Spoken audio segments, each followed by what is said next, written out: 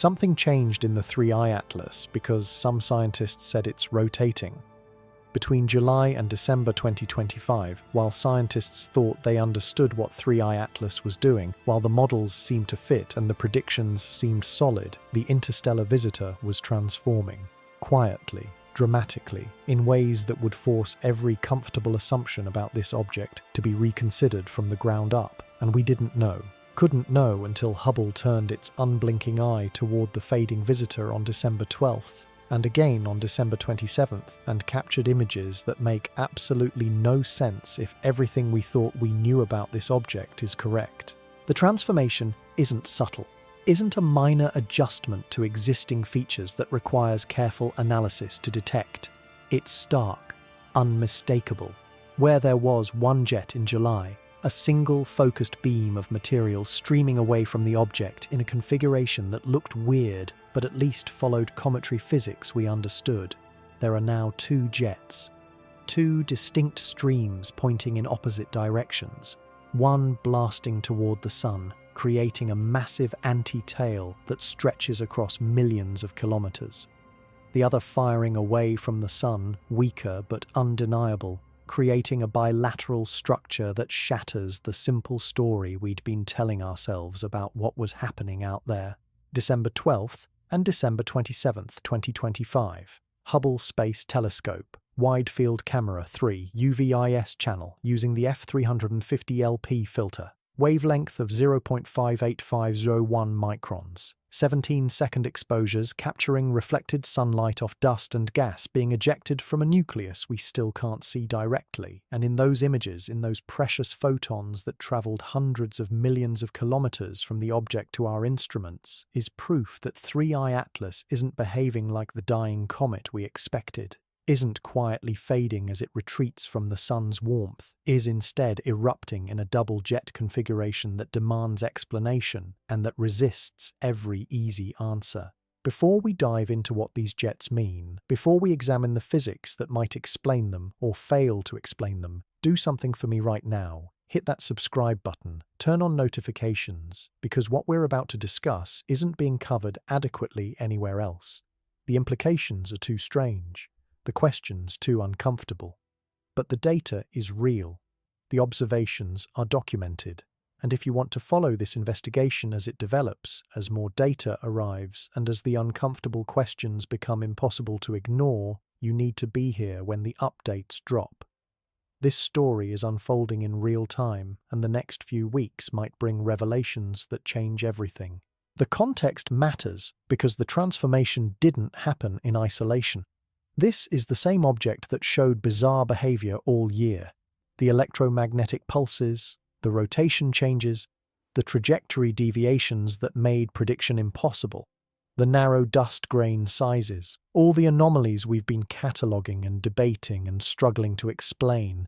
And now, as it moves away from closest approach to the sun, as activity should be diminishing and the object should be settling into quiet retirement, it's instead displaying the most dramatic structural changes we've seen yet. July 24th, 2025. That was our baseline, the last major Hubble observation before the Perihelion passage. And what Hubble saw then was already unusual, but at least somewhat comprehensible. A single jet, elongated, roughly 10 times longer than it was wide. A focused beam of material streaming away from one region of the object. Classic cometary behavior, albeit from an interstellar source. We could build models around that, could explain it through active regions on the surface being heated by the sun, could fit it into frameworks we understood. The jet showed a wobble, about 7 degrees of variation around the rotation axis of 3I atlas. That wobble was actually informative. Told us about the object's orientation, suggested the jet was originating near the pole that was facing the sun. Like a spinning top with a dot painted near the stem, the jet maintained relatively stable direction with slight oscillation as the object rotated. That geometry made sense. Pole facing sun. Direct heating. Strong sublimation creating thrust. Jet aligned with rotation axis but wobbling slightly because nothing in space is perfectly aligned. But 5 months later, that single focused jet has become two opposing streams with completely different characteristics. And the timing of this transformation is crucial because it happened after the most stressful moment in 3I Atlas's journey through our solar system. October 29th, 2025. Perihelion, closest approach to the Sun, maximum heating, maximum gravitational stress. The object whipped around our star experiencing forces that would tear apart weakly bound aggregates. And something happened during that passage. Something changed the object's configuration or its activity pattern or exposed new regions to processes that weren't operating before. The gravitational deflection was 16 degrees. That's not trivial. That's a hard turn at hypersonic velocities. The trajectory bent sharply as the Sun's gravity grabbed the object and slung it around onto an outbound path. And that deflection didn't just change where the object was going, it changed the geometry, changed which parts of the object faced the Sun, changed which regions were receiving direct heating and which were rotating into shadow. This is where the geometry becomes critical for understanding the double jet emergence. Because orientation matters profoundly for cometary activity. The regions that face the Sun sublimate. The regions in shadow don't, or at least shouldn't unless something unusual is happening. Before perihelion, approaching the Sun, the North Pole region was illuminated, was receiving direct solar radiation, was the source of that single strong jet we observed in July. That geometry was stable during the approach phase, but the perihelion passage changed everything. The 16-degree deflection combined with the object's rotation meant that the pole that was facing the Sun before perihelion might now be facing away, might have rotated into the night side of the object, into shadow, into cold, and conversely, the opposite pole, the region that was in shadow during approach, has now rotated into sunlight, is now receiving the direct heating that the other pole was getting before. This geometric flip provides the framework for understanding why we're suddenly seeing two jets instead of one. The old active region, the one that created the July jet, is still there, is still venting material, but it's now on the night side of the object, pointing away from the Sun into darkness. It's become the weaker of the two jets visible in the December images. Still operating, but no longer receiving the intense solar heating that fueled its peak activity. Meanwhile, a new region has rotated into sunlight. The opposite pole, or whatever surface area is now facing the Sun, is experiencing direct heating for the first time since the object entered our solar system. Fresh ice, volatiles that were frozen and dormant for potentially millions of years, now exposed to solar radiation, now sublimating violently, creating the stronger jet that dominates the December observations, the one that's blasting sunward and creating the massive anti-tail structure. So the double jet configuration might not be two simultaneous eruptions from a stable body, might instead be a transitional phase. We're witnessing the changing of the guard between active regions, one fading as it rotates into night, the other awakening as it rotates into day, a handoff driven by geometry and rotation and the violent thermal stress of perihelion passage. This explanation is elegant because it fits with what we know about cometary physics. Comets activate when heated, deactivate when cooled. If the object is tumbling, if different regions cycle through illumination, you'd expect activity to migrate, to shift from one area to another as the Sun's position relative to the object's rotation changes. This is observed behavior. We've seen it on other comets. It's normal, except for one critical detail that makes this explanation incomplete. The weak jet, the one that's supposed to be the old active region now in shadow, shouldn't still be active at all, shouldn't be producing any visible outgassing if it's cut off from sunlight.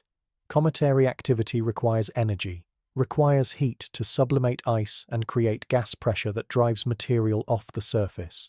Without direct solar input, without heating, that energy source is gone. The activity should shut down within hours or days at most as the surface cools and sublimation ceases. But the weak jet persists. visible in both December observations, creating a sustained flow of material despite being in shadow. Despite lacking the direct solar heating that the geometric explanation says should be absent, and that persistence is the anomaly that breaks the simple model and forces consideration of alternative explanations. The thermal lag hypothesis attempts to solve this problem by invoking heat conduction through the object's interior. The idea is that during perihelion passage, when the pole was still in sunlight, it absorbed enormous amounts of solar energy. That heat didn't just affect the surface, it conducted inward, penetrated the body of the object, reached subsurface ice deposits, and that absorbed heat is still there now, weeks after perihelion, slowly working its way through the material and continuing to drive sublimation, even though the surface is no longer directly heated. This is known physics, real process. We've observed thermal lag in other comets. The most famous example is 67P Churyumov-Gerasimenko, the comet that the Rosetta mission studied up close for 2 years. That comet showed clear thermal lag effects. Activity would peak not exactly at perihelion, but days or even weeks afterward as subsurface heat drove delayed outgassing. Surface temperature and activity level were decoupled because of the time required for heat to conduct through the porous ice rock matrix. For 3I Atlas, thermal lag would explain why the nightside jet continues operating. The heat absorbed during the final days of the approach during perihelion passage when that pole was still illuminated has conducted through the object and is now reaching volatile deposits on the far side. Those volatiles are sublimating, creating pressure, driving the weak jet we observe even though the energy source is no longer direct sunlight but stored thermal energy working its way through the interior. The model is physically sound. The math works. Heat conduction through porous ice follows well-understood equations. Given reasonable assumptions about the object's size and composition and thermal properties, you can calculate how long thermal lag effects should persist and how strong the delayed activity should be. And those calculations suggest that yes, weeks after perihelion, residual heating could still drive modest outgassing from regions no longer in direct sunlight. But the details create problems. Because thermal conduction is slow, ice is a poor conductor. To get heat from one side of a kilometer-scale object to the other takes time, lots of time. The thermal diffusion timescale for an 800-meter comet nucleus is measured in years, not weeks. For heat absorbed at perihelion to reach the far side and drive observable activity requires either much faster conduction than ice normally provides, or a much smaller object than our size estimates suggest. You can make the model work by adjusting parameters, by assuming the object is more porous than typical comets, creating faster heat transport through convection in subsurface gas, by invoking fractures and fissures that allow heat to channel through the interior more efficiently than solid ice would permit, by suggesting the object isn't solid, but is instead a rubble pile with pathways for heat flow that don't exist in coherent bodies. Each adjustment is plausible individually, but you're stacking assumptions, building a scenario where multiple special conditions all happen to be true simultaneously to make the observations fit the model. And when you're stacking assumptions, when you need everything to align just right, the explanation becomes less satisfying, less convincing, more like a just-so story constructed to preserve the conclusion you want rather than a theory that naturally emerges from the data. The alternative explanation for the persistent night-side activity is even more complex, but potentially more interesting. It's the particle sorting hypothesis, and it proposes something radical, that both jets might actually be originating from the same region from the sun-facing side, but they look like they're pointing in opposite directions because of how solar radiation pressure sorts the ejected material. Here's how it would work. Material gets ejected from the sunlit side of the object, gas and dust together. Mixed flow coming off the surface driven by sublimation. But once that material is free of the nucleus, once it's out in space, solar radiation pressure starts acting on it. And radiation pressure affects different particle sizes differently. Large particles, grains tens of micrometers across, have low surface area to mass ratio. They're heavy relative to how much surface they present to incoming photons. Radiation pressure on them is weak. They don't get pushed around much by sunlight. These heavy grains continue forward on ballistic trajectories largely determined by their ejection velocity. They trail behind the object as it moves, creating a dust stream along its orbital path. And from our viewing angle, that dust stream can appear to point back toward the Sun, creating the anti-tail structure we observe. Small particles, submicron dust and gas molecules have high surface area to mass ratio. They're light relative to their surface. Radiation pressure on them is strong. As soon as they're ejected, photons from the Sun start slamming into them, decelerating them, pushing them backward. If they were ejected slowly enough, if their initial velocity was low, radiation pressure can overwhelm that initial motion and actually reverse their direction, turn them around and push them away from the Sun. So, from a single ejection point on the sunlit side, you get material flowing in two different directions based on particle size. Heavy stuff continues sunward, creating the anti-tail. Light stuff gets pushed back, creating what looks like a counterjet pointing away from the Sun. Not because there's activity on the night side, but because radiation pressure is sorting the ejected material based on mass and sending different fractions in opposite directions. This is beautiful physics. Elegant. Explains the visual appearance without requiring complex internal heat transport or mysterious night-side activity. The sunward jet is heavy dust. The anti-sunward jet is light gas and fine particles. Both from the same source. Both driven by the same sublimation process.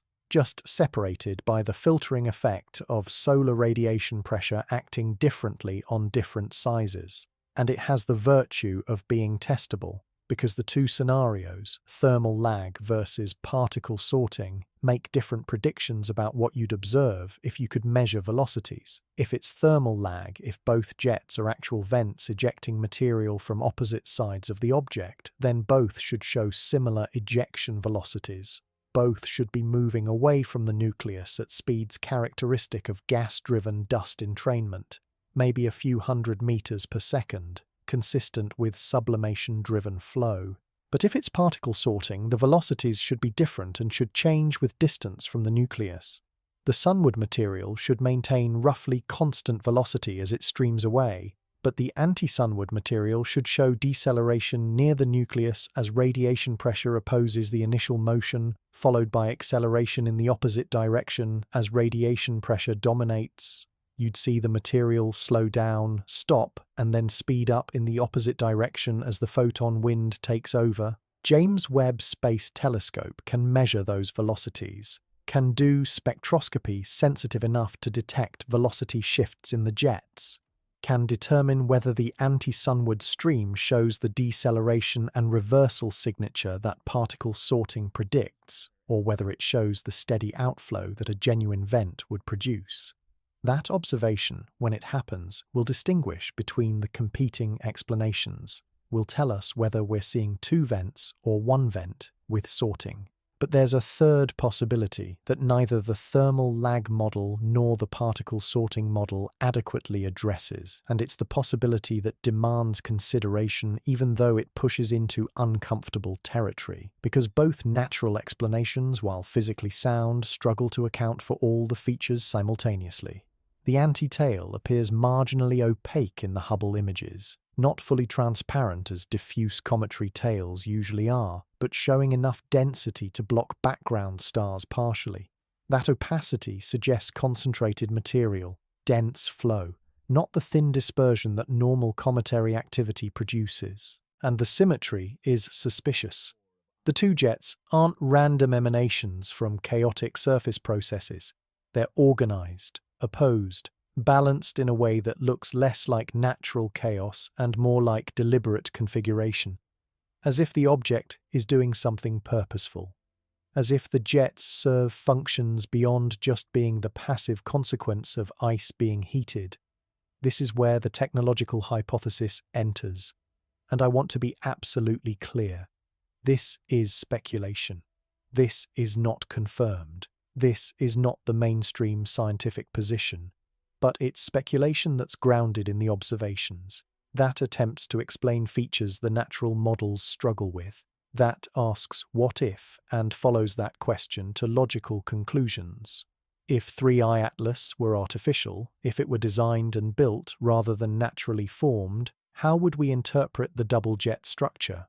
What functions might those jets serve that would explain their configuration and their timing and their properties? The sunward jet, the strong one creating the opaque anti-tail, could be a shield, a defensive measure. The object has just passed through perihelion, has survived the most intense radiation environment it will encounter in our solar system. But survived doesn't mean the passage was trivial. The solar wind at perihelion distances is fierce. Charged particles streaming away from the sun at hundreds of kilometers per second. Coronal mass ejections that can deliver enormous fluxes of high-energy particles, radiation levels that would damage electronics and degrade materials. For a natural comet, this environment is just another stress. The object might fragment or lose mass or have its surface altered, but there's no technology to protect, no systems that need shielding. It just endures whatever physics does to it. But for a probe, for a technological artifact, the radiation environment is a threat, requires mitigation, requires protection for whatever sensitive instruments or systems might be on board. Ejecting a stream of material sunward creates a bow shock, a buffer zone. The particles in the jet absorb incoming solar wind, scatter and deflect the charged particles that would otherwise impact the nucleus directly. Act as a physical barrier that reduces the radiation dose experienced by whatever is inside. It's a plasma shield. Active defense against the hostile radiation environment. And the opacity makes sense in this context. You'd want the shield to be dense, to have high cross-section for intercepting incoming particles. A diffuse gas cloud wouldn't provide much protection, but concentrated dust and plasma, material thick enough to partially block light, could effectively shield against radiation. The opacity isn't a bug, it's a feature. It's exactly what you'd design if you were building a radiation shield from ejected material. The timing supports this interpretation. The shield appears after perihelion, after the object has experienced peak radiation stress, as if systems activated in response to environmental conditions, as if there was a trigger, a threshold of solar flux or radiation intensity that initiated the defensive measure. That caused the object to deploy the shield only when needed, rather than operating continuously. Natural processes don't activate in response to threats, don't assess environmental conditions and respond strategically. They just react passively to local conditions. Ice sublimates when heated. That's it. There's no intelligence in the response, no optimization, no strategic deployment. But a designed system could absolutely activate shields when radiation reaches dangerous levels, could be programmed to respond to specific environmental triggers. The weak jet pointing away from the sun is harder to explain in technological terms because it's not obviously defensive or propulsive in the same way. But there are possibilities. One is attitude control. If the object needs to maintain specific orientation, if there are instruments that need to point in particular directions, or if there are surfaces that need to stay aligned with the sun or away from it, small thrust vectors can provide that control. The weak jet might not be about going anywhere, might be about stabilization, or it might be debris management. As the object travels outbound, it's moving through the wake of its own earlier passage. Dust and gas ejected months ago during the approach is now scattered along the trajectory. Some of that material might pose collision risk. A rear-facing jet could clear the path, could sweep aside particles that might otherwise impact the object at high relative velocity. These explanations are speculative, but they're not absurd. They apply engineering logic to observed behavior and ask what functions the behavior might serve if it's deliberate rather than passive. And that's a legitimate question to ask when behavior looks organized, when structure appears where chaos should dominate. The velocity prediction is critical for testing the technological hypothesis. Because if the jets are engineered systems, thrusters or shields or whatever, they should show high ejection velocities. Material should be accelerating rapidly as it leaves the nucleus, driven by focused nozzles or pressure systems that achieve much higher speeds than gentle sublimation provides. The technological scenario predicts velocities exceeding 1 kilometer per second at the source. That's fast, much faster than typical cometary jets. If James Webb measures velocities near the nucleus and finds speeds of hundreds of meters per second, consistent with sublimation, the technological hypothesis takes a hit. But if velocities are over 1 kilometer per second, if material is being ejected much faster than thermal processes typically achieve, that's evidence of something more energetic than natural outgassing. Doesn't prove technology, but shifts probabilities, makes the artificial explanation more competitive with natural ones. The wobble takes on new meaning in this context. That 7-degree oscillation we observed in July might not just be torque from asymmetric outgassing, might be scanning, might be the object systematically pointing instruments in different directions, might be operational behavior rather than passive mechanical response, or might be indication of damaged stabilization systems, of control mechanisms that aren't operating perfectly, that allow wobble when they should maintain rigid orientation. Again, speculation, but informed speculation, based on trying to understand why an object would behave the way 3I Atlas behaves if the behavior is purposeful rather than random.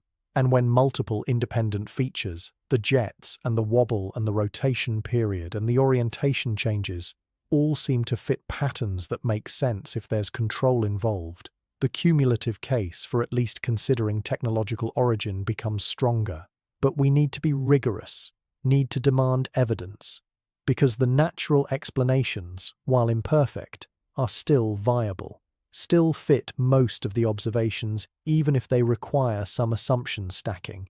And the prior probability for artificial objects passing through our solar system is very low based on the fact that we've observed thousands of natural objects and 0 confirmed artificial ones. So the burden of proof is high. The evidence needs to be compelling enough to overcome that low prior before we accept extraordinary conclusions. The brightness variations between December 12th and December 27th add another layer to the puzzle. Because the jets didn't stay constant during that 15-day interval, didn't maintain fixed appearance, they changed, shifted in brightness, altered in shape. And that dynamic behavior is what we need to examine next because it connects to rotation and to the object's spin state, and to questions about whether the changes are passive responses to geometry or active modulations of jet activity. The transformation between December 12th and December 27th wasn't subtle. Wasn't the kind of minor variation you might dismiss as observational noise or slight differences in viewing angle. The jets changed dramatically, the brightness distribution shifted. The anti-tail that dominated the first observation appeared different in the second. The weaker counterjet showed altered intensity. And the pattern of change, the specific way the brightness oscillated between the two observation dates, tells us something fundamental about what's actually happening with this object, about whether we're watching passive ice responding to rotation or whether something more organized is occurring. Think about what brightness variations mean in this context. When you observe a comet or any astronomical object over time, when you measure how bright it appears in successive images, variations in brightness come from changes in how much light the object is reflecting or emitting toward your telescope. For a rotating object with asymmetric features, brightness varies as different regions cycle in and out of view. Dark regions make the object appear dimmer. Bright regions make it appear brighter. The rotation creates a periodic signal, a light curve that oscillates on the rotation period. For 3I Atlas, we've known since July that there's a rotation period of roughly 16 hours. The heartbeat signature, regular brightness variations cycling on that timescale. The object spins. Different hemispheres have different reflectivity or different activity levels.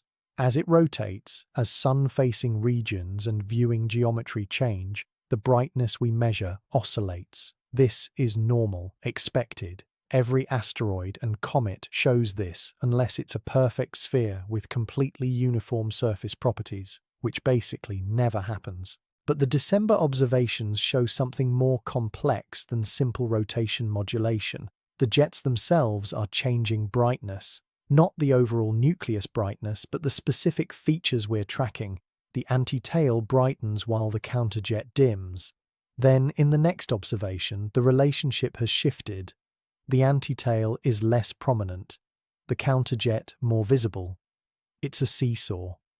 An exchange of intensity between the two structures that happens on timescales we can track with observations separated by 15 days. If the jets were fixed features locked to specific surface locations, if they were just vents that happened to be positioned at opposite ends of the object, then their brightness should vary together, in sync, as the object's rotation brings them into better or worse viewing geometry. When the geometry favors one jet, making it more visible, it should typically also favor the other, or at least not systematically suppress it. The brightness curves should correlate, should show similar patterns even if their absolute intensities are different. But that's not what we're seeing. The brightness changes are anti-correlated. When one brightens, the other dims. When one becomes more prominent, the other fades. As if there's a limited budget of energy or material being distributed between the two jets, and that budget is shifting, as if whatever is driving the jets can't maintain both at full intensity simultaneously, and has to choose which one to prioritize at any given moment. This anti-correlation is the signature that makes the simple geometric model insufficient, because geometry shouldn't create anti-correlation. Shouldn't make jets on opposite sides of an object brighten and dim in opposition unless there's something actively modulating the output. Unless there's a process that couples the two jets such that enhancing one requires suppressing the other. Natural thermal processes could create this pattern if the energy available for sublimation is limited and is being redistributed across the surface. Imagine the object has absorbed heat during perihelion. That heat is stored in subsurface ice. As regions rotate through different orientations, as some areas face the sun while others face away, the stored heat drives sublimation at different locations. But the total amount of heat available is finite. When more heat is being used to drive activity on one side, less is available for the other side. The jets compete for the limited thermal budget. This is physically plausible, makes sense within conventional cometary physics, but it requires assuming the thermal reservoir is small enough, the heat transport efficient enough, that redistribution happens on timescales of hours to days, that when one region starts sublimating more vigorously, drawing on the thermal reservoir, it depletes the available heat enough that another region's activity diminishes noticeably. That's tight coupling. That's rapid redistribution. That requires specific internal structure that facilitates heat transfer across the object fast enough to create observable anti-correlation. And it doesn't explain why the redistribution would favor alternating between opposite sides, why the pattern is specifically anti-correlated rather than just varying randomly as different regions compete for thermal energy. There's structure to the variation, organization to how the brightness shifts. And structure implies mechanism, implies something constraining the pattern rather than just allowing random fluctuation. The rotation hypothesis provides a more complete explanation. The idea is that the jets aren't fixed to surface locations, but are instead misaligned relative to the object's spin axis. Imagine a lighthouse beam. The light source rotates with the structure, but the beam doesn't point straight up along the rotation axis. It points at an angle. As the lighthouse spins, the beam sweeps across the horizon. From any given viewing position, the beam brightens as it sweeps toward you and dims as it sweeps away. The brightness variation you observe is determined by the beam orientation relative to your position, not by changes in the light source itself. For 3i Atlas, if the jets are angled relative to the rotation axis, if they're pointing at oblique directions that change as the object spins, then from Earth's viewing position we'd see brightness variations as the jets sweep in and out of alignment with our line of sight. When a jet is pointing toward us, we see it brightened. When it's pointing away or perpendicular to our view, it appears dimmer. And if the two jets are on opposite sides of the object, angled in opposite directions, their brightness variations would naturally anti-correlate. When rotation brings one jet into favorable alignment, it simultaneously moves the other jet into unfavorable alignment. This explains the seesaw pattern, explains why the anti-correlation exists. And it does so without requiring active modulation or energy redistribution or anything beyond passive geometry changing as the object rotates. It's elegant. It fits with the rotation period we've already measured. It accounts for the observations using only the object's spin and the viewing angle, and the assumption that jets are emanating from specific regions at specific angles. But there's a wrinkle. The rotation period measured in July was 16 hours. That's how long it took for the brightness to complete one full cycle, for the object to spin once and return to the same orientation. And if the December brightness variations are purely rotational, if they're just geometric effects from jets sweeping past our line of sight as the object spins, then we should see the pattern repeat on the 16-hour timescale, should see brightness cycles every 16 hours as the rotation brings the jets through the same configurations repeatedly. The December observations are separated by 15 days, 360 hours. That's 22.5 rotation periods if the 16-hour period from July is still accurate. So we should be able to phase-fold the observations, should be able to determine where in the rotation cycle each observation falls and verify that the brightness changes match what we'd expect from viewing the same configuration at different rotation phases. But there's a complication. Mass loss can change rotation periods. When a comet ejects gas and dust, when material leaves the surface carrying angular momentum, the remaining body responds by changing its spin rate. It's like a figure skater pulling in their arms. Conservation of angular momentum means that changing the mass distribution changes the rotation rate. For a comet actively outgassing, the rotation can spin up or spin down depending on where the jets are located relative to the rotation axis and which direction they're firing. For Oumuamua, the first interstellar visitor, researchers calculated that mass loss could have altered its rotation period by measurable amounts during its passage through the inner solar system. The spin rate likely changed by percentages or even tens of percents over the weeks it was losing material. For 3i Atlas, which has been far more active than Oumuamua ever was, the effect could be even larger. If the rotation period has changed between July and December, if months of vigorous outgassing have spun the object up or down, then the 16-hour period we measured in July is no longer accurate. The object might be spinning faster now, completing rotations in 14 hours, or slower, taking 18 hours per rotation, and that uncertainty makes it harder to phase-fold the December observations. Harder to determine whether the brightness variations we're seeing are consistent with rotation or whether they represent something else. The upcoming analysis, the work that astronomers are doing right now with the December data, will attempt to measure the current rotation period. We'll look for periodicities in the brightness changes. We'll try to detect whether the 16-hour signature is still present or whether it's shifted. And if they can nail down the current period, if they can verify that rotation with that period accounts for the brightness variations, then the geometric explanation wins.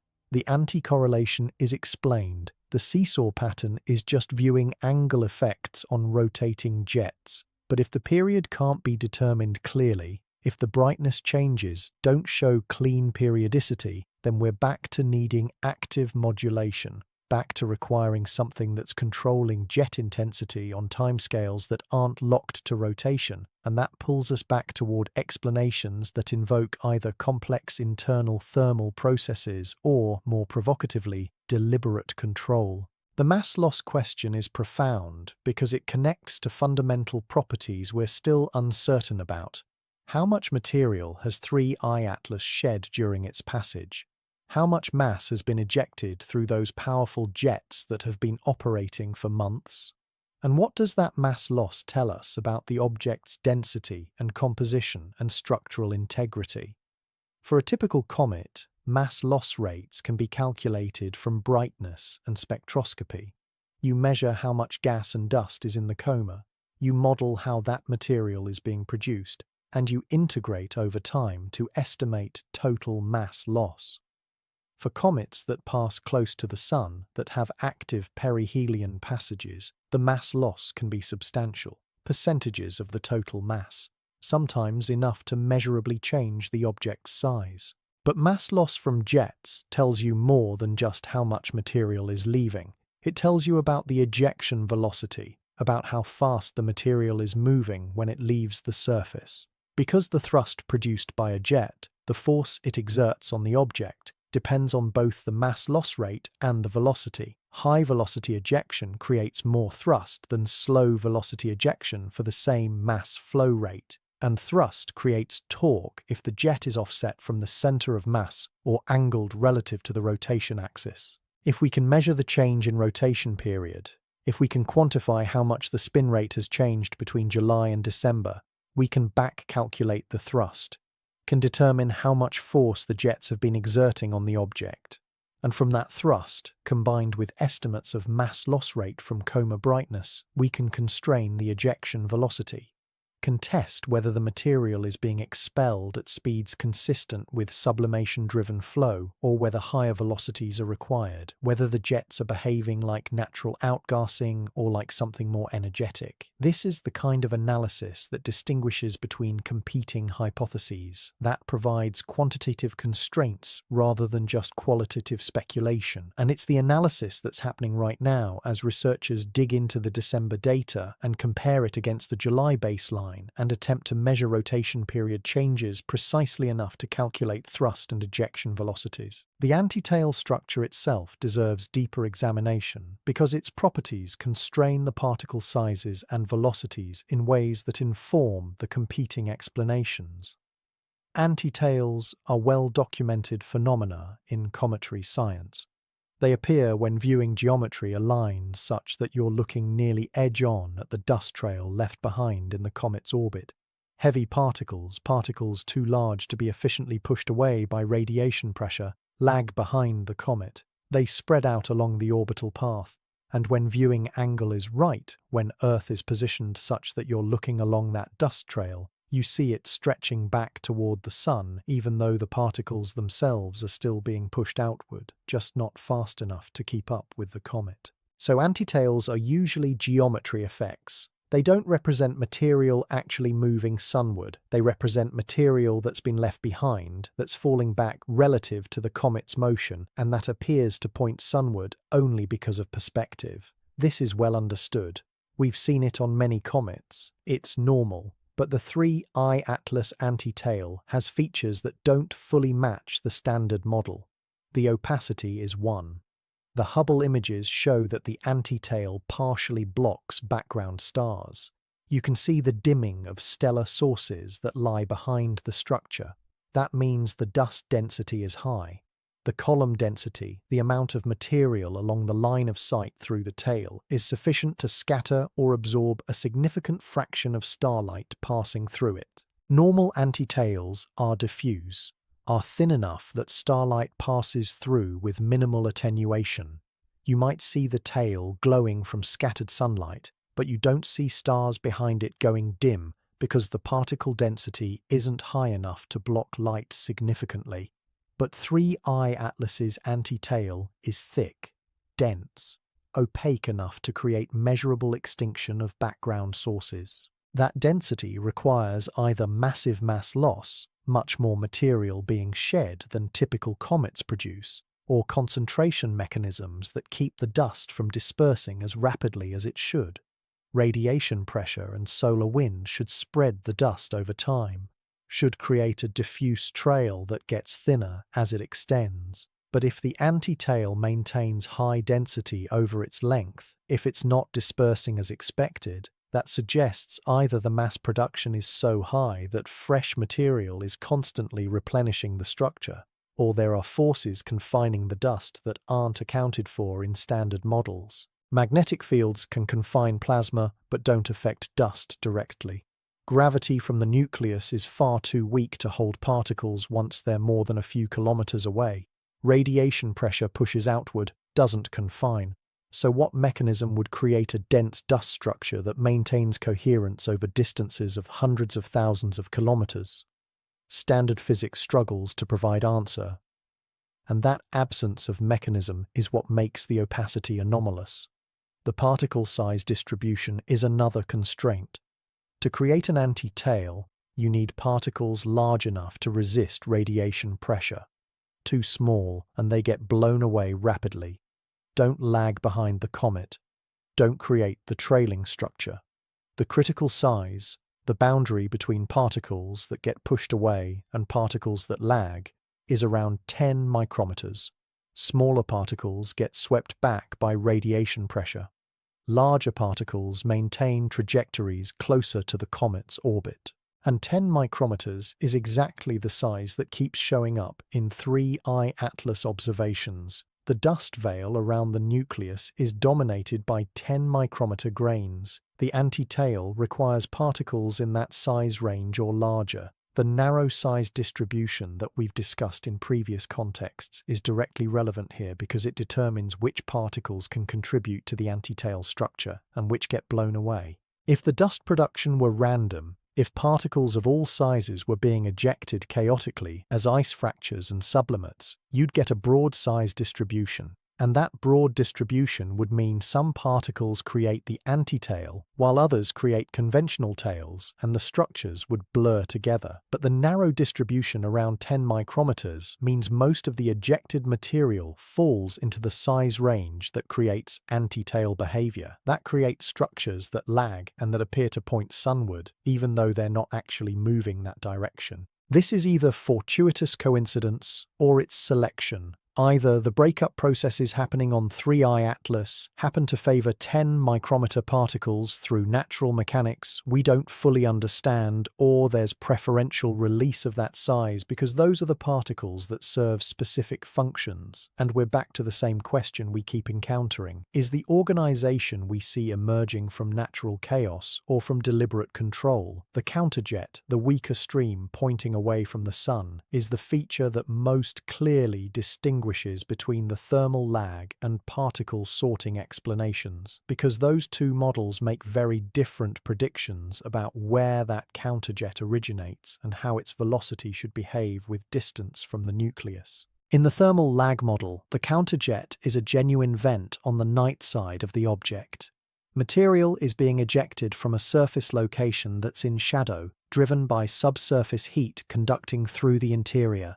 The particles leave the surface with some initial velocity, whatever speed the gas flow imparts to them, and then coast outward on ballistic trajectories.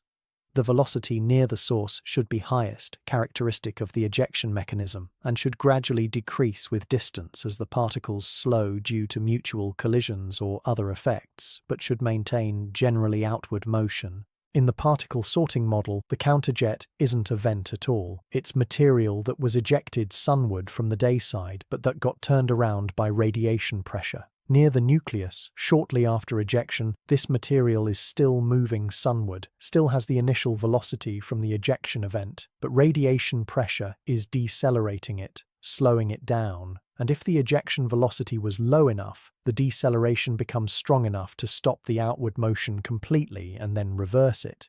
The particles turn around, start moving away from the sun, accelerated by radiation pressure that now dominates over the negligible initial motion. So in the particle sorting model, the velocity profile of the counterjet should show deceleration near the nucleus, a turning point where velocity goes to zero, and then acceleration in the opposite direction as distance increases. That's a very specific signature, very different from the steadily outward motion that a genuine vent would produce. And it's measurable. James Webb Space Telescope has the spectroscopic capability to detect velocity through Doppler shifts. By measuring the wavelength of emission lines from gas in the jets, by detecting whether those lines are redshifted or blue-shifted relative to their rest wavelengths, you can determine whether the material is moving toward you or away from you and how fast.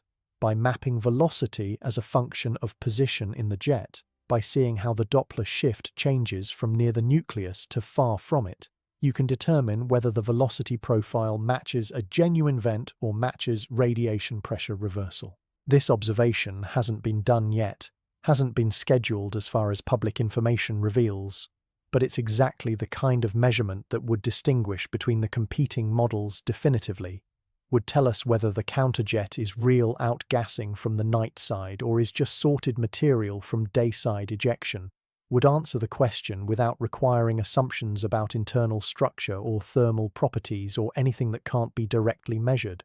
And that's the measurement we're waiting for. That's the observation that could resolve the ambiguity and tell us which natural explanation is actually correct, or potentially tell us that neither natural explanation fully accounts for the velocity profiles, that the observations don't match either prediction cleanly, and that we need to consider alternative frameworks. The technological shield hypothesis makes specific predictions about velocities too. If the sunward jet is a defensive plasma shield, the material needs to be moving fast, needs to be ejected with enough velocity to create a bow shock that deflects incoming solar wind. That requires velocities of at least several kilometers per second at the source, much faster than thermal sublimation typically achieves.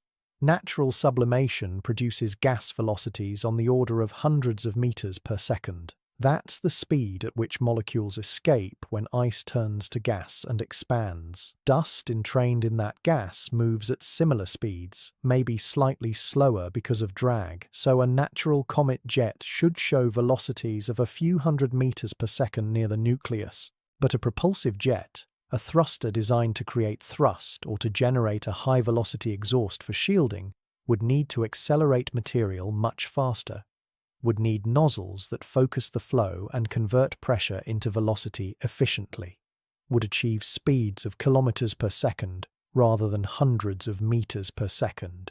That's an order of magnitude difference, easily distinguishable with spectroscopy. So the velocity measurement is critical for all the competing hypotheses. Thermal lag predicts modest velocities from both jets. Particle sorting predicts modest initial velocity with complex reversal profile.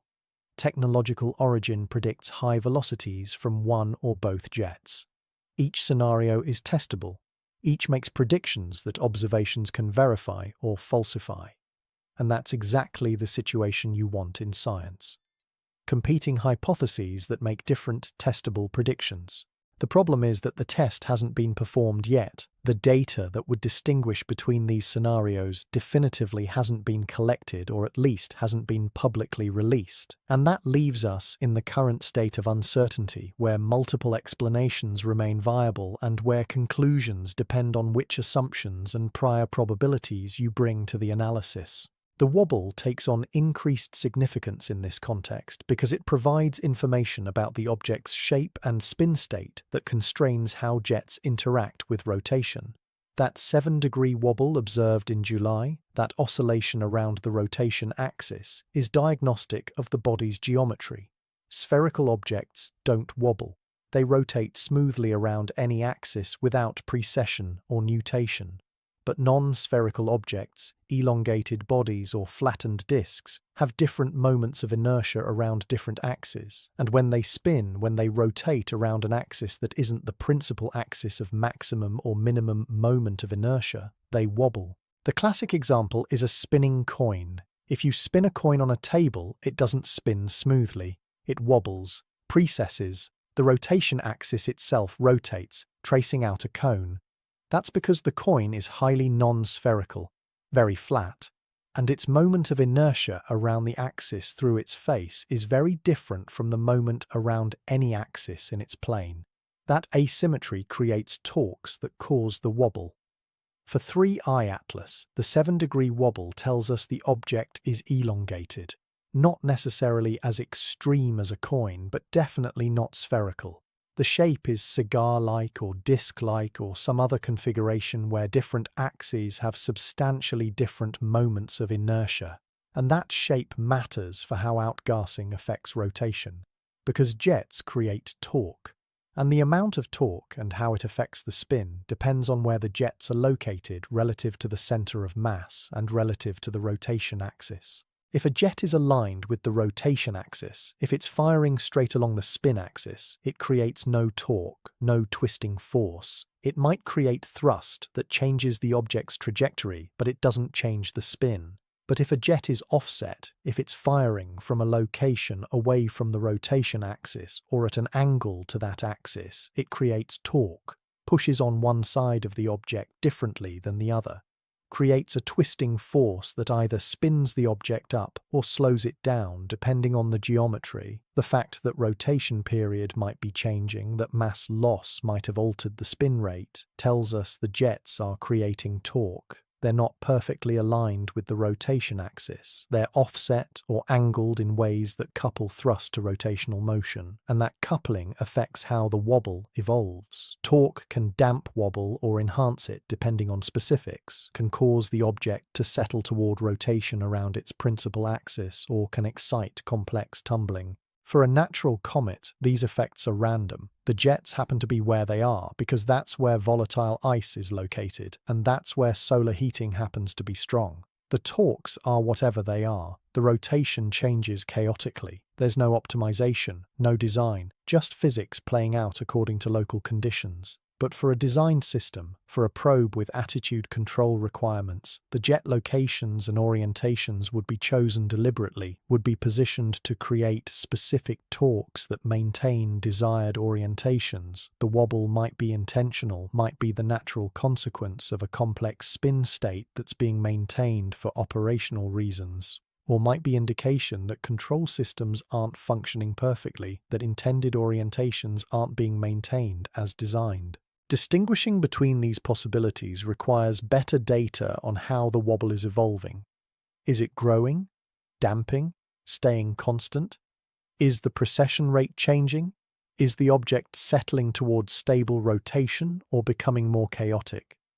These are questions that require tracking observations over extended periods, months to years, building up enough rotation cycles that trends become clear. And we might not have that time, because the object is fading, getting farther from the sun and from Earth, becoming dimmer and harder to observe. The window for detailed study is closing. Each passing week makes the observations more difficult, and within months, maybe a year at most, it'll be too faint for anything except the very largest telescopes. The data collection phase is ending.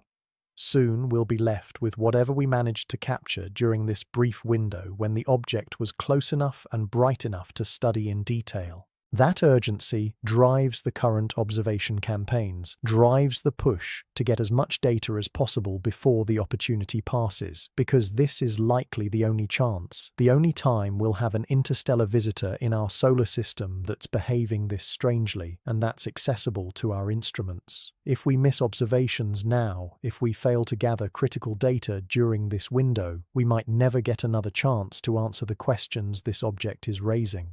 The comparison to Oumuamua is instructive because that first interstellar visitor showed unusual behaviors that sparked debate which still hasn't been fully resolved years later. The extreme elongation, the non-gravitational acceleration that couldn't be easily explained through outgassing, the lack of visible coma despite the acceleration, the tumbling rotation state, all features that pushed against standard cometary models and that led some researchers to propose technological origin while others insisted natural explanations were adequate. Oumuamua faded before we could gather enough data to resolve the debates definitively.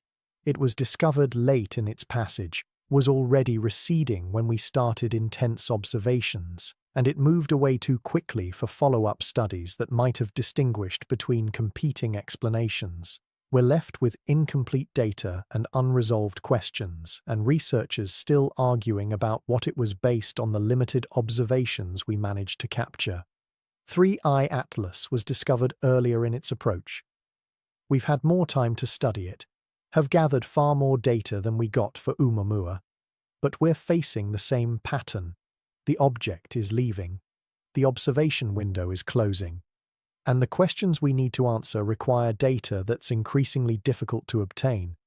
We're in better shape than we were with Oumuamua, but we're still racing against the clock, still trying to extract maximum information before the object becomes too faint to study. And the stakes feel higher because the anomalies are more pronounced. Oumuamua was weird, but 3I Atlas is weirder, shows more distinct departures from expected behavior, presents more features that resist easy explanation. If we fail to determine what this object actually is, if we let it fade into obscurity without resolving whether it's natural or artificial, the questions will haunt us.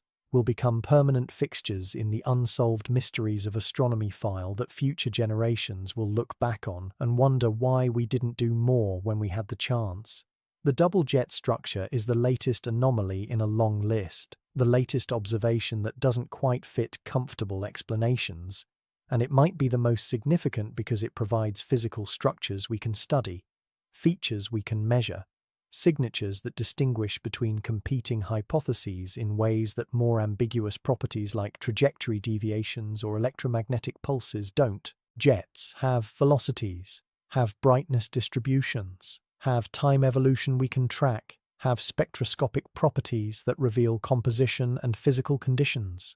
They provide multiple independent observables that constrain models in complementary ways, and that's exactly what we need to make progress. Multiple independent constraints that together narrow the solution space, that eliminate possibilities that might fit one observation but fail when confronted with others. The December Hubble observations gave us those constraints, showed us the double jet structure, documented how the jets change between observation dates, provided the data that current analysis is working with, and the upcoming James Webb observations will add velocity constraints, will add composition measurements, will add thermal signatures, will provide the additional puzzle pieces that might finally let us see the complete picture of what 3I Atlas actually is, and what it's doing, and whether the behavior is natural or something else entirely. The future observations aren't just about collecting more data, they're about closing gaps, about filling in the missing pieces that currently allow multiple interpretations to coexist. Because right now, as we sit here examining the December Hubble images and debating what they mean, we're in the frustrating position of having observations that constrain possibilities without fully determining which possibility is correct. We can rule out some explanations, can identify scenarios that definitely don't work, but we can't yet point to one explanation and say with confidence that this is what's happening and these are the mechanisms and here's why we know. James Webb Space Telescope represents the next major step in that process. JWST isn't just a bigger Hubble, isn't just more collecting area and better resolution, though it has both. It's a fundamentally different instrument operating in different wavelength regimes with different capabilities. Hubble sees primarily invisible light and some ultraviolet, captures reflected sunlight, shows us what things look like when illuminated by the sun. JWST sees in infrared, sees thermal emission, shows us what things look like based on their own temperature and their own heat radiation. For 3I Atlas, that infrared capability is transformative, because the nucleus itself, the solid body that's hidden beneath the dust veil and the coma and all the material obscuring our view, emits thermal radiation, glows in infrared based on its temperature. And JWST can see through the dust to detect that thermal emission directly, can measure the nucleus temperature, can constrain its size based on how much thermal flux it's emitting,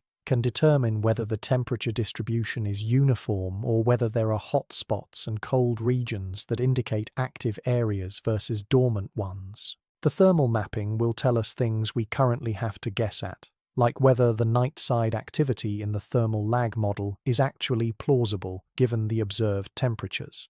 If the far side of the object is warm enough to drive sublimation, the infrared observations will show it. If it's cold, if there's no residual heat reaching that region, then thermal lag can't be the explanation and we're pushed toward particle sorting or alternative models. And JWST's spectroscopic capabilities in the infrared are extraordinary.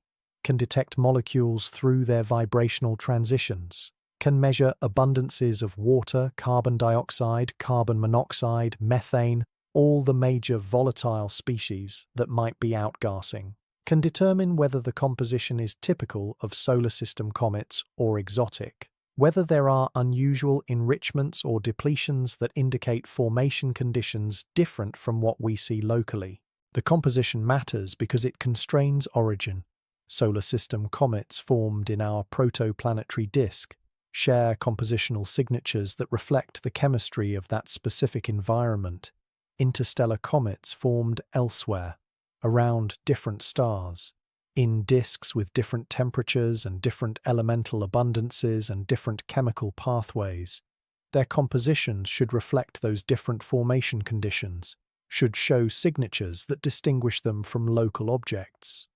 If 3I Atlas has solar system composition, if its volatiles match what we see in Oort cloud comets or Kuiper belt objects, that would be surprising.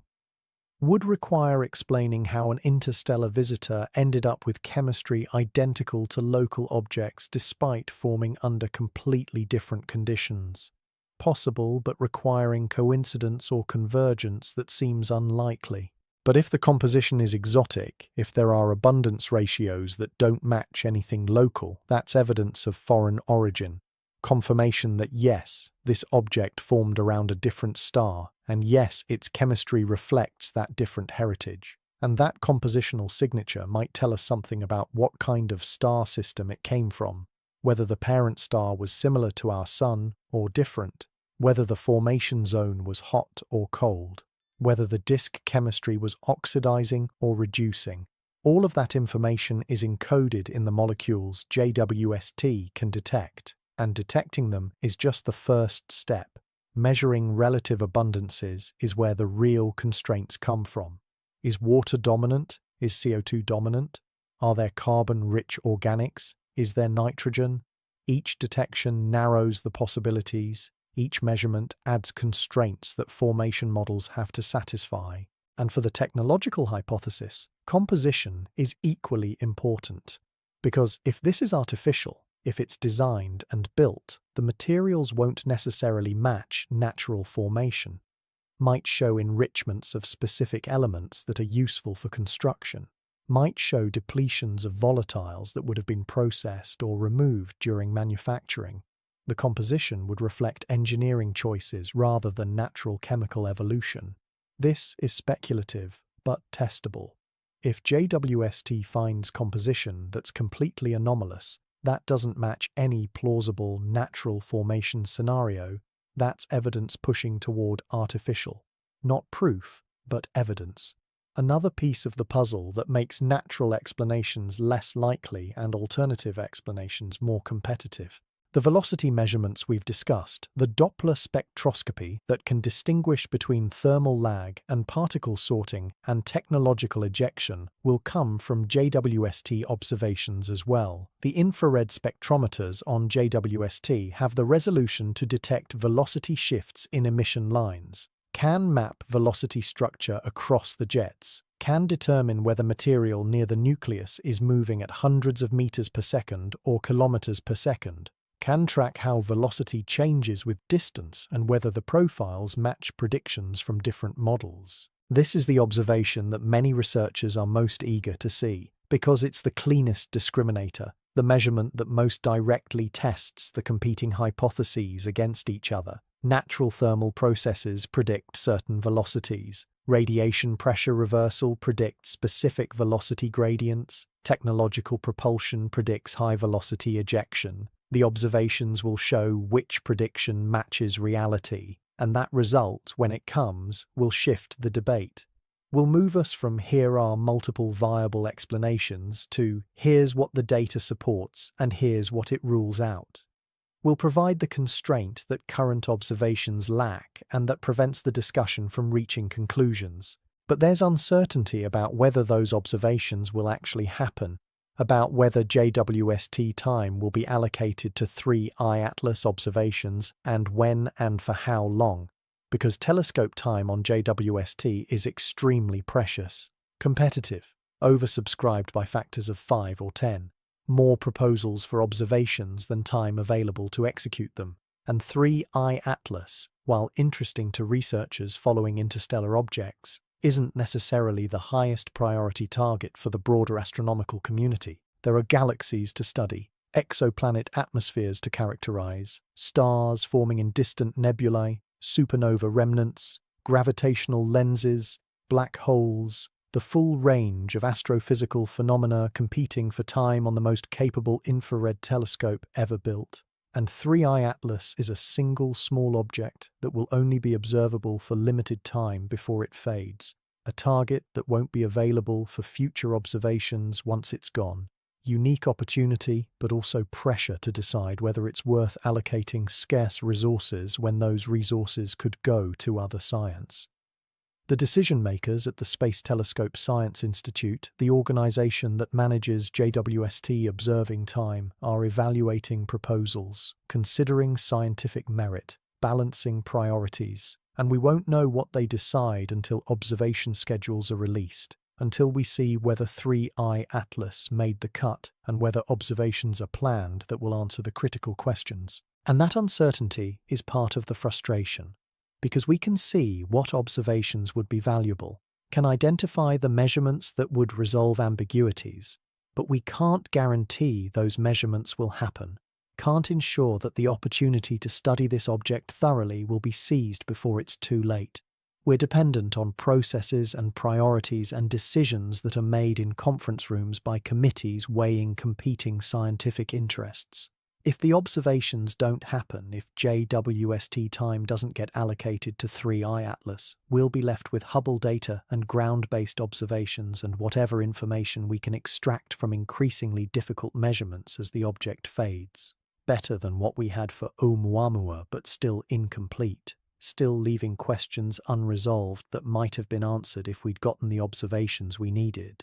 The ground-based observation campaigns continue in parallel, because while JWST provides unique capabilities, there are things ground-based telescopes can do that space telescopes can't, particularly continuous monitoring.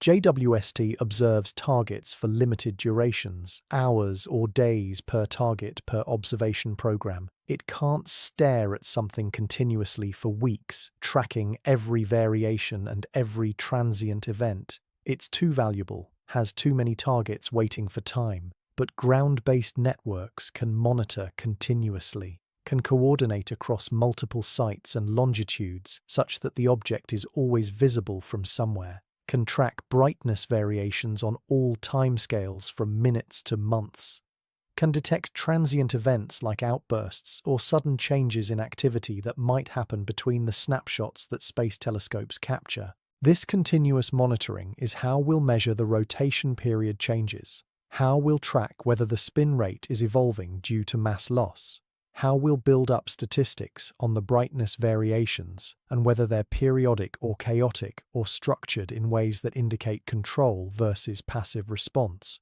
It's tedious work, requires coordination and persistence, but it's essential for capturing the dynamic behavior that snapshots miss.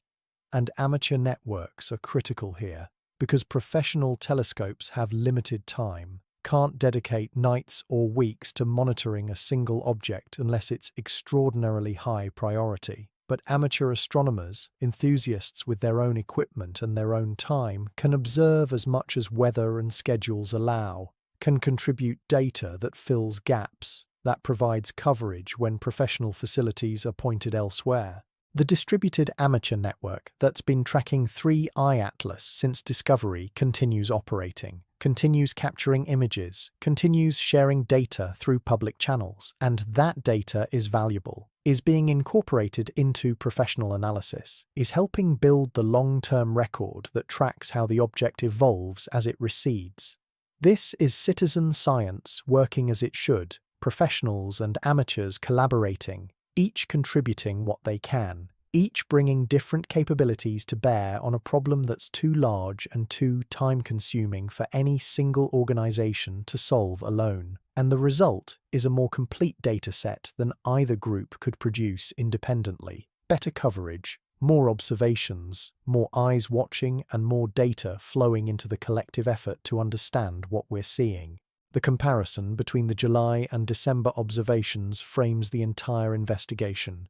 Because those two epochs, separated by 5 months and bracketing the Perihelion passage, show such dramatically different configurations. In July, we had simple geometry, one jet, focused and stable aside from the wobble, behavior that fit conventional models reasonably well even if some details were unusual. In December, we have complexity, 2 jets, opposing directions, different intensities, brightness variations that suggest either rotation modulation or active control, structure that fits multiple competing explanations, none of which are fully satisfying, transformation that indicates something fundamental changed during the perihelion passage, some process activated or some configuration altered that makes the object behave differently now than it did during approach. And that transformation is the story. That's what we're actually documenting, not a static object that we're learning more about through better observations, but a dynamic system that's evolving, that responded to the stress and heating of perihelion in ways that changed its behavior. That's doing different things now than it was months ago, and that might continue changing as it moves outward and conditions continue evolving. Whether those changes are natural responses to thermal cycles or something else, they demonstrate that 3I Atlas is far from the simple frozen comet we might have hoped it would be, is instead a complex system exhibiting behaviors that push the boundaries of our models and that force us to think harder about what's possible and what's probable, and how we distinguish between exotic nature and something beyond nature entirely. The philosophical dimension of this investigation deserves explicit attention, because underneath all the technical discussion about jets and velocities and compositions and rotation periods, we're grappling with a question that's fundamentally about our place in the universe, about whether we're alone or whether intelligence and technology exist beyond Earth, about whether the galaxy is populated or empty, about whether contact is possible or whether we're isolated by distances and timescales that make interaction impossible even if others exist. These are questions that human beings have been asking for as long as we've looked up at the stars and wondered what's out there. Questions that religion and philosophy and science fiction have explored in different ways. Questions that now, finally, might be approachable through actual observation and measurement rather than just through speculation and imagination. 3I Atlas might not provide definitive answers, might not be the moment when we confirm extraterrestrial intelligence, but it's pushing us to confront these questions seriously, to ask whether the observations are better explained by natural processes or by design, to evaluate evidence and to consider probabilities and to decide how much weight to give to different pieces of data as we try to determine what this object actually is. And that process, that careful evaluation of evidence in the context of profound uncertainty, is what science at the frontier looks like.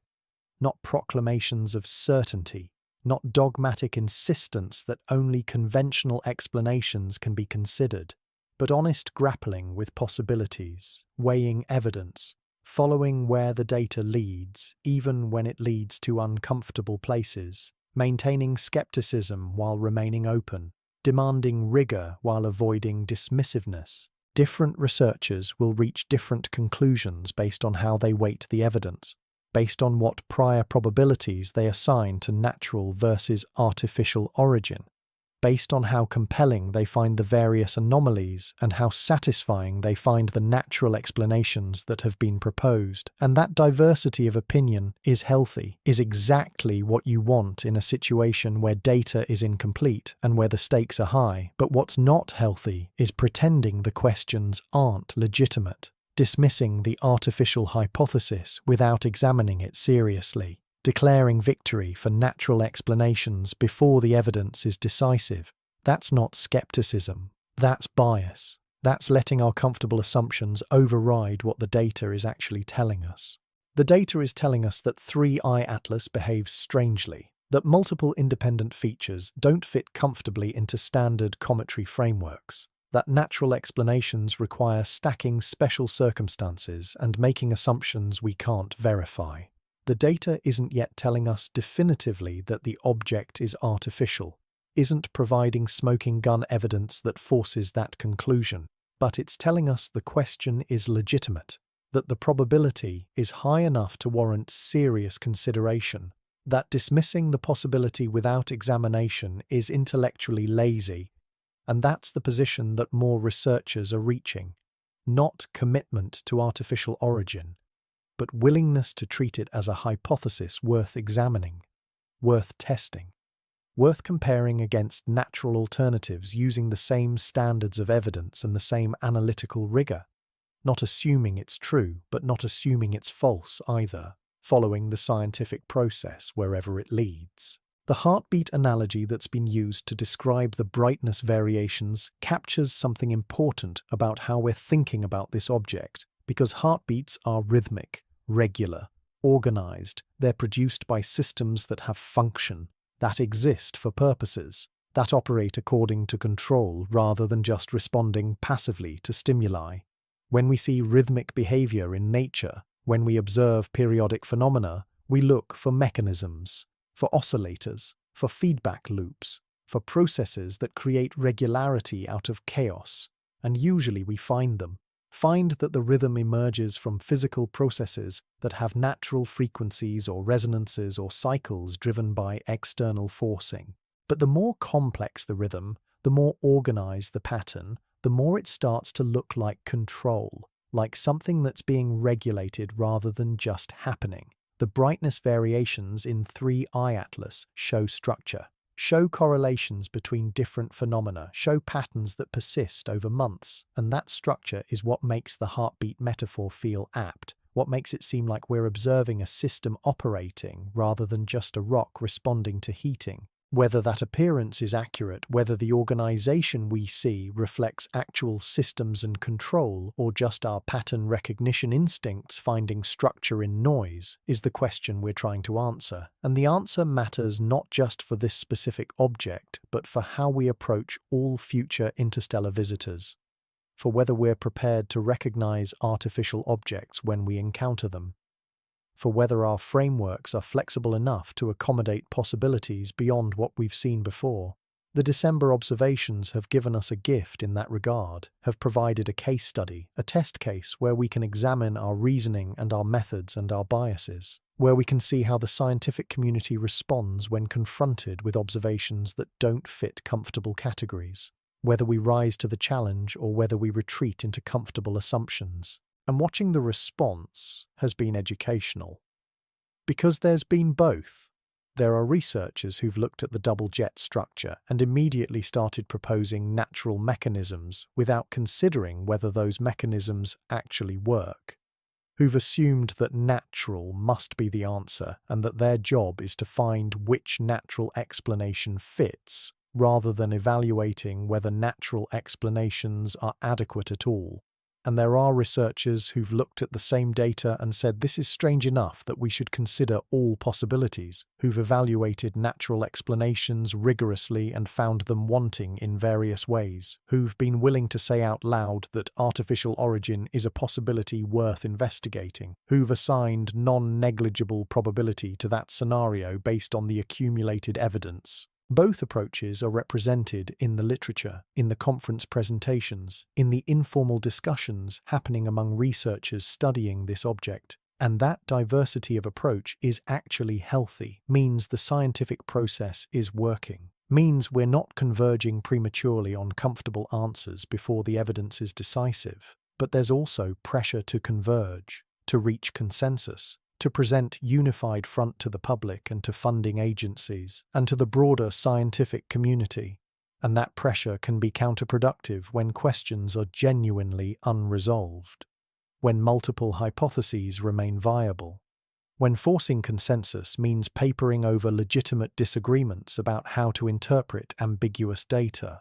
The history of science is full of examples where consensus was wrong, where the majority dismissed possibilities that turned out to be correct, where mavericks proposing unconventional explanations were proven right, despite initial skepticism. Continental drift. Meteorites as extraterrestrial rocks rather than atmospheric phenomena. Bacterial origins for stomach ulcers. Prions as infectious agents. All initially rejected by consensus before evidence accumulated sufficiently to force acceptance. 3I Atlas might be another such case, might be the situation where the unconventional explanation that makes many researchers uncomfortable turns out to be correct, or might be a case where skepticism is vindicated and natural explanations eventually prove adequate once we understand them better. We don't know yet, can't know until more evidence arrives. What we can do is maintain intellectual honesty, can acknowledge uncertainty rather than pretending it doesn't exist, can evaluate evidence without prejudgment, can follow the data wherever it leads, can be willing to revise our conclusions when new observations demand it. That's how science should operate. That's how truth emerges from investigation. The jets are still there as we discuss them, still streaming away from the nucleus, still evolving as the object rotates and as thermal conditions change and as whatever processes are operating continue executing. The phenomenon isn't waiting for us to understand it, isn't pausing while we debate interpretations. It's happening, continuing, creating the observations that future astronomers will analyze long after the object has faded from view. And that realization is humbling, because we're documenting a moment, a brief window in the object's billion-year journey when it happened to pass through our solar system and when we happened to have the technology to observe it. Before this pass, it was invisible, too far away, too faint, undetectable by any means we possessed. After this pass, it returns to invisibility, fades back into the dark between stars where it will travel for millions of years before possibly encountering another stellar system. We've been given weeks or months to study it, to gather data, to try to understand, and then it's gone, and whatever we've learned becomes the permanent record, the dataset that future generations will reference when they try to understand what interstellar visitors are like and whether some of them might be artificial and what the implications are for the prevalence of intelligence in the galaxy. That responsibility weighs on the researchers involved, drives the urgency to gather more data, to do better analysis, to squeeze every bit of information from the observations before the opportunity passes. Because this isn't just academic curiosity, isn't just another paper to publish and another result to add to CVs. This is potentially historic. This is potentially the data that changes how humanity understands its cosmic context. Or it's just an unusual comet, just another natural object with properties we haven't seen before but that ultimately fit within natural frameworks once we understand them better. Just another reminder that the universe is more diverse than our theories encompass, and that there are always surprises waiting for observers willing to look carefully. Either way, 3I Atlas has already succeeded in doing what frontier science should do, has forced us to think harder, to examine our assumptions, to confront uncomfortable possibilities, to refine our models and our methods, to be better scientists than we were before it arrived. The double jet structure revealed by the December Hubble observations is the latest chapter in this ongoing story, the latest observation that demands explanation, the latest piece of evidence that fits into a larger pattern of anomalous behavior that we're still trying to make sense of. We have competing hypotheses: thermal lag suggesting night-side activity driven by conducted heat, particle sorting suggesting radiation pressure separating ejected material by size, technological origin suggesting deliberate systems creating the observed structures. Each explains some features. None explains everything perfectly. Each requires assumptions we can't fully verify. And that's where we are, in the uncertain space between hypotheses, waiting for observations that will constrain possibilities more tightly, waiting for James Webb data that might distinguish between competing explanations, waiting for ground-based monitoring to reveal whether rotation period has changed and what that tells us about mass loss and torque, and whether the dynamics are passive or controlled.